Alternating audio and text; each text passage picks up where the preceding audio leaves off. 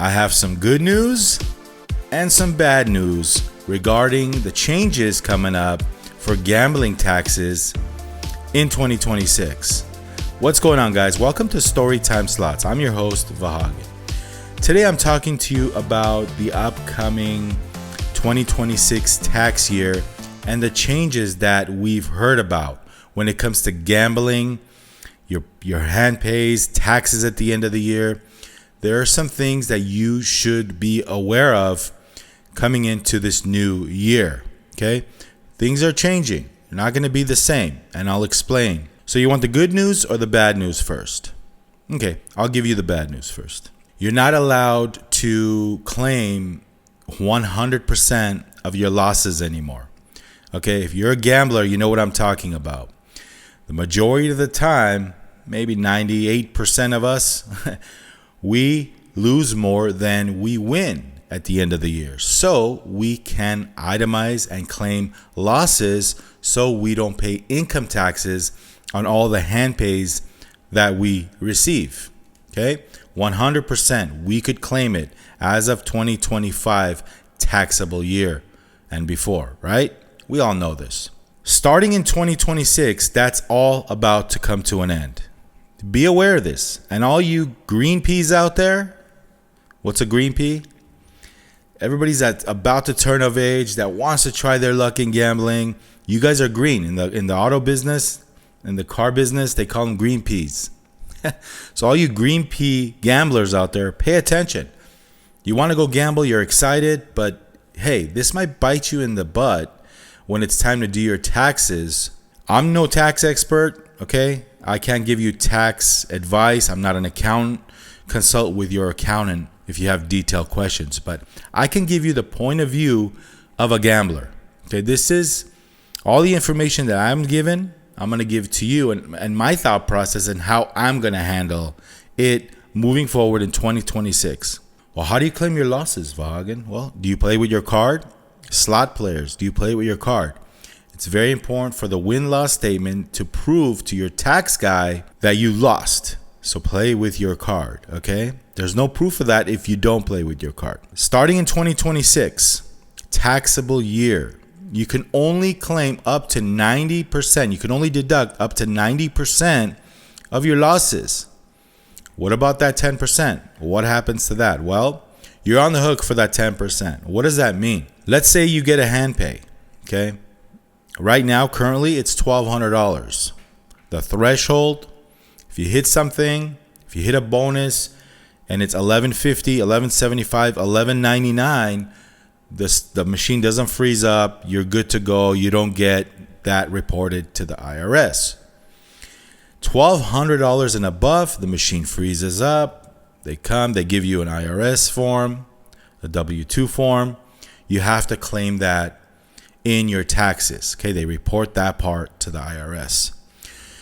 If you're a gambler, you know what I'm talking about. You know, you have at the end of the year, you have these stacks of papers that you take to your accountant.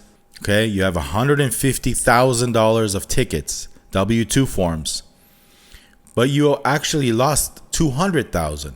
You could deduct all those losses, and you're not on the hook to pay income tax on your gambling winnings. Now, 10%.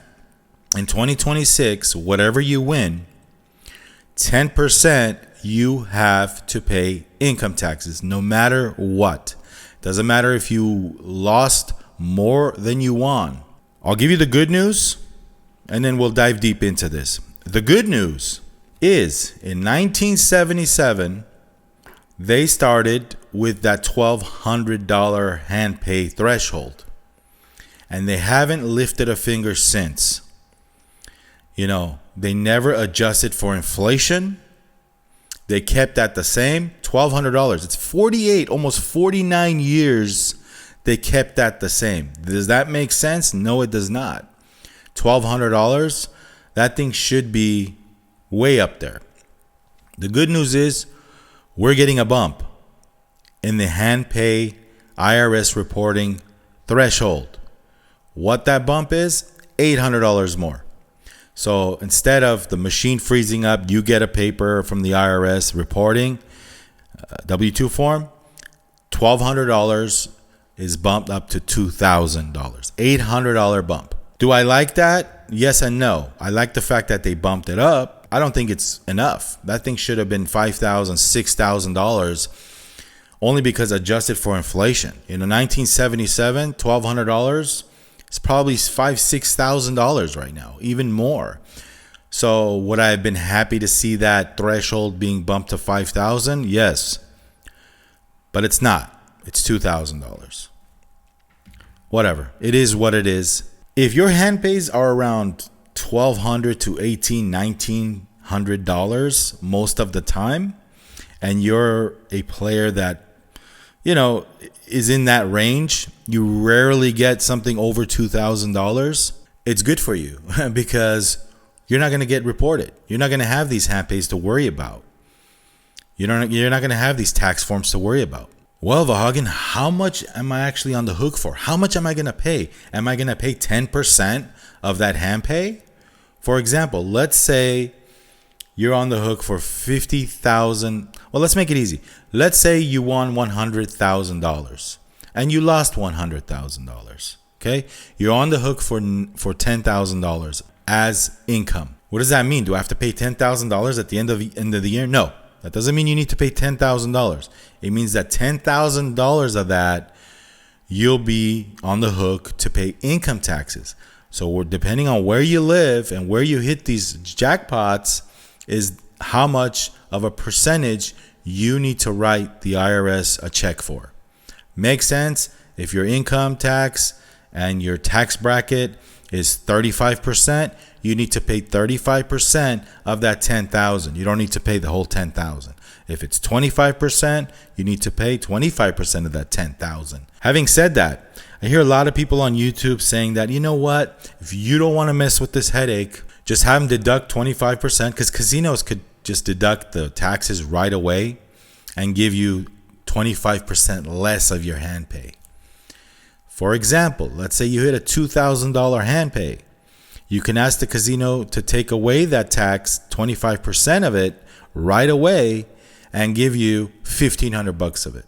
I disagree. Why would you give 25% away just like that right off the bat just because you don't want some kind of an issue or some kind of headache at the end? It's really not a headache if you can manage this thing properly. Like I said, the majority of the time, we lose.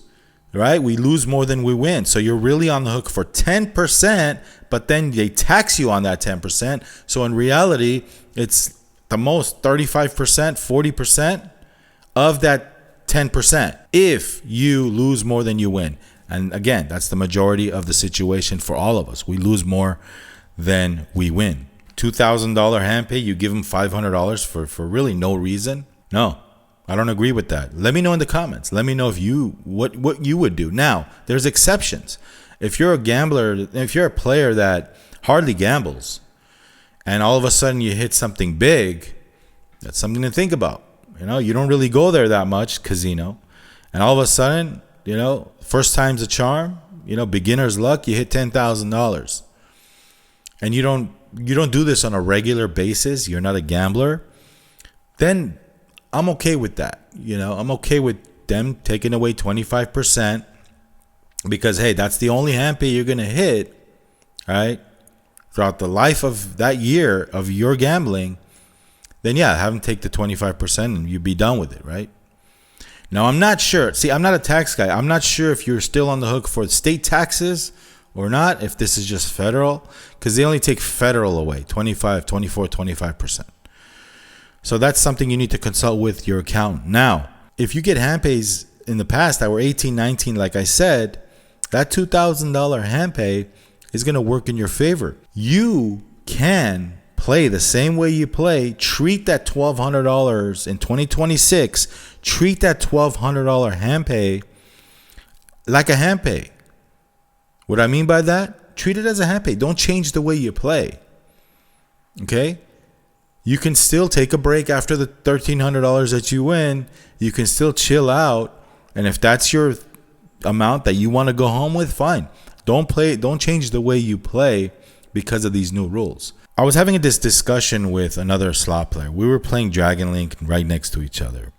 And we were kind of like fantasizing about hitting the $1 million grand, right? But I told him that, hey, like if I hit this $1 million grand right now, I just have him take 25% taxes right away. He turns around and tells me, why would you do that? I'm like, well, because I'm going to have problems at the end. I don't play nearly as much. I don't gamble $1 million in a year. I don't do it now, at least. I'm going to have issues. There's no way of proving my losses. He goes, that's true. That's the case in most gamblers. But I'd rather take that money and lose it than give it to, Big Brother. That's what he told me. I'd rather take it and give it, try my luck and lose that money in a casino than having to give that 25% to them right away. 25% of $1 million, let's say, is $250,000. He tells me, do you think you can lose double that in a year even if you wanted to? Sure. He goes, I'd rather do that. I'd rather go and lose the money and gamble the money. That's what he told me. Interesting theory. Let me know what you think in the comments. Having said that, like I said, if you hit something huge and you're the kind of player that wins $1,500, $1,800, $2,000 in that range, and then all of a sudden you hit $50,000 in one shot, or $100,000 or $200,000, that's something you should think about. Because if you don't lose $200,000, that's something you should think about. Okay? Maybe having the casino take that 25% before they give you the money. I don't know. It's a little tricky, but you got to do some math in your head. How much do you play? How much do you lose in a year? Two things I'm wondering. I wonder how these slot influencers on YouTube are going to handle this, because, man, it's hand pay after hand pay. These guys are always hitting it, especially the bigger players on YouTube that always hit hand pays every other spin because they're betting so much that every 10 spins is a hand pay. That's something for them to think about, because that adds up. At the end of the year, that adds up. Yes, they lose it all, but still, they're on the hook for that 10%. They're going to get taxed on that 10%. So, at the end of the year, all these guys that bet big, that's something. I wonder what their take is and how they're going to handle this. Something over 2,000. They get these ridiculous hand pays where 20,000, 30,000. That's like normal to them. But they're on the hook to get taxed 10% of every single hand pay you get in 2026. Okay, keep in mind, 2026, then you do your taxes in 2027 for the 2026 year. Best advice I could give you guys is don't say, I'll worry about it till when I get there. I'm just going to get every single hand pay and I'll worry about it. Don't let it come to this, guys.